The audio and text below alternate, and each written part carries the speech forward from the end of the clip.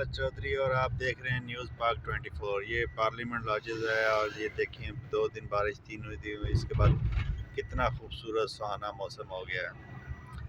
ये हमारे फार्म 47 की हुकूमत का घर है, जहाँ पे फार्म 47 वाले बैठे हुए हैं, जिसने इस बिल्डिंग की इज्जत एहतराम जो थे उसको खाक में मिला दिया है।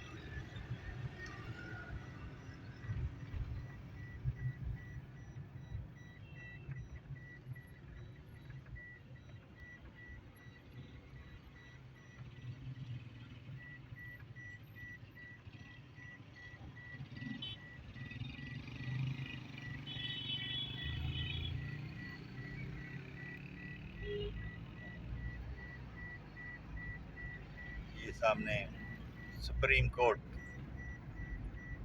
काजी फयाज ईसा की कोर्ट, जिसके बाद तराजू सिर्फ अब सब्जियां तोलने के लिए रह गया। इंसाफ तो ख़त्म हो गया।